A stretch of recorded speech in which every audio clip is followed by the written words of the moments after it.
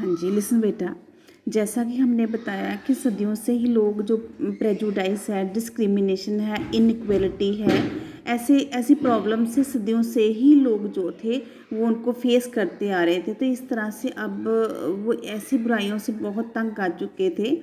अब क्या हुआ कि धीरे धीरे लोगों में अवेयरनेस आई और लोगों ने ऐसी जो प्रॉब्लम्स थी उनको सॉल्व करने के लिए अपने जो स्ट्रगल था, अपनी जो फाइट थी उनको फाइट करना शुरू कर दिया। तो जहाँ पर देखेंगे स्ट्राइविंग फॉर इक्वलिटी, स्ट्राइविंग होता है लड़ना, जो स्ट्रगल करनी, ठीक है। स्ट्राइविंग क्या होता है? लड़ना, जा फाइट और स्ट्रगल।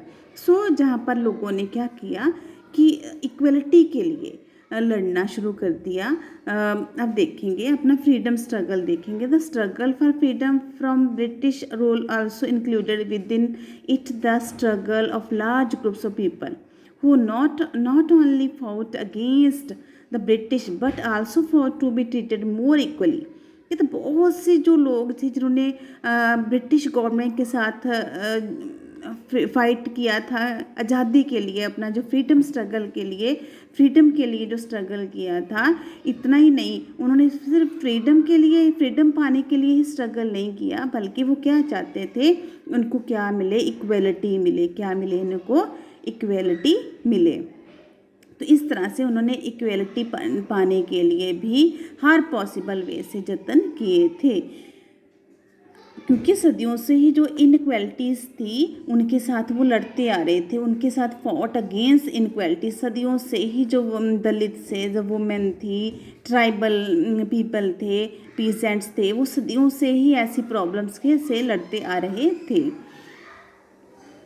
अब देखो, हम अगर बात करें, कहता appointed out earlier many Dalits organize themselves to gain entry into temples. Women demanded that they should have as much as right to education as man did. अब क्या था कि क्या दलित्स की क्या ऑर्गेनाइज्ड एस्टेब्लिश की गई, जिन्होंने ये डिमांड की कि जो दलित लोग हैं उनको टेम्पल्स में एंट्री होनी चाहिए, वुमेंस को क्या होना चाहिए? राइट टू एजुकेशन होना चाहिए जैसे मैन को है। तो पीजेंट्स तो and tribal fought to release themselves from the grasp of money lender and the high interest they were charged. क्योंकि जो दलित लोग थे, जो गरीब लोग थे, जो क्या होता था, मनी लेंडर्स जो थे उनसे ज़्यादा हाई इंटरेस्ट लेते थे।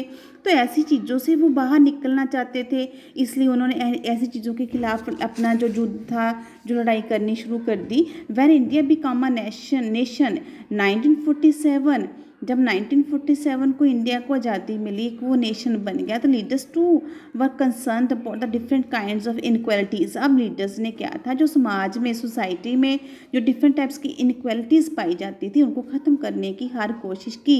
और जब भी उन्होंने कॉन्स्टिट्यूशन लिखना शुरू किया तो इस बात को ध्यान में रखा गया कि कॉन्स्टिट्यूशन बनाते समय ऐसा होना चाहिए कि जिसमें सबको इक्वल राइट हो, सबको इक्वल राइट हो। अब जो discrimination had been practised in our society and low people, how people had struggled against this. Many leaders of these struggles, such as Dr. Bhim Rao Ambedkar, had also fought for the rights for Dalit। अब मैंने पहले भी बताया कि जो doctor Bhimrao Ambedkar थे, उन्होंने दलित की को राइट दिलाने के लिए बहुत संघर्ष किया था। तो आखिरकार this equality of all persons has seen as the key value that unites us all as Indians. तो आखिरकार उन्होंने कॉन्स्टिट्यूशन में जो अपने दलित थे, शेड्यूल कास्ट के लोग थे, उनको इक्वल राइट दिला दिए। तो कहता है जो इक्वलिटी थी, ये की वैल्यू थी जिसने पूरे इंडिया को, सभी लोगों को यूनाइटेड करके रखा। Everyone has equal rights. अब सबके पास इक्वल राइट्स हैं, जॉब करने की इक्वल अपॉर्चुनिटीज़ हैं। Untouchability is seen as a crime according to our constitution. जो अनटचेबिलिटी है वो एक क्राइम है। तो ये क्या, लीगली ऑबलिश्ड बाय लॉ। अब लॉ के द्वारा इसको इक्वली ऑबलिश कर दिया गया है, ख़त्म कर दिया गया है। अब जो लोग हैं, people are free to choose the kind of work. लोग अपनी मर्जी से कोई भी काम कर सकते हैं। गवर्नमेंट जॉब्स के लिए लोगों को कंपटीशन में पार्टिसिपेट कर सकते हैं। ठीक है। इसके अलावा क्या है कि constitution also place responsibility on the government to take specific steps to realise this right to equality for poor and other such marginal communities, कि ये जो राइट इक्वलिटी है सभी को होना चाहिए। वो जो बैकवर्ड क्लासेस हैं, वो जो गरीब लोग हैं, शेड्यूल कास्ट, सभी को ही ये राइट इक्वलिटीज़ होना चाहिए। तो इसके अलावा क्या है, writers of constitution also said that respect for diversity was a significant element in ensuring equality. ये जो रिस्पेक्ट ऑफ डाइवर्सिटी है, कि जो विभिन्नता है अगर हम उसकी रिस्पेक्ट करें तो वो एक सिग्निफिकेंट एलिमेंट है इक्वलिटी का। तो आगे बात करते हैं कि they left that people must have the freedom to follow. अब कॉन्स्टिट्यूशन में ये भी बताया गया कि लोगों को कोई भी धर्म अपनाने की, रिलीजन को अडॉप्ट करने की फ्रीडम है, लैंग्वेज बोलने की फ्रीडम है, कोई भी फेस्टिवल सेलिब्रेट करने की फ्रीडम है।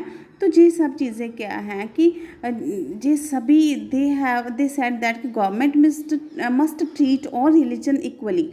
इट मीन्स कि गवर्नमेंट जो है सारे धर्मों को इक्वली ही ट्रीट करेगी। देयरफॉर इंडिया बिकम अ सेकुलर कंट्री। इंडिया क्या बन गया, एक सेकुलर कंट्री है। सेकुलर कंट्री में क्या है कि लोग बिना किसी डर के किसी भी धर्म को, रिलीजन को अडॉप्ट कर सकते हैं। It means there is no religion of state. State का अपना कोई धर्म नहीं है।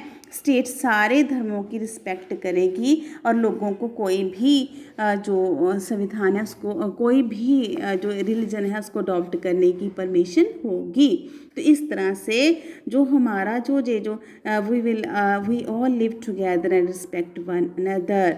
तो ये कंक्लूजन क्या है कि ये जो हमारा इम्पोर्टेंट एलिमेंट क्या है, जो हमारी यूनिटी है, जिसमें हम सब इकट्ठे रहेंगे और एक दूसरे की रिस्पेक्ट करेंगे।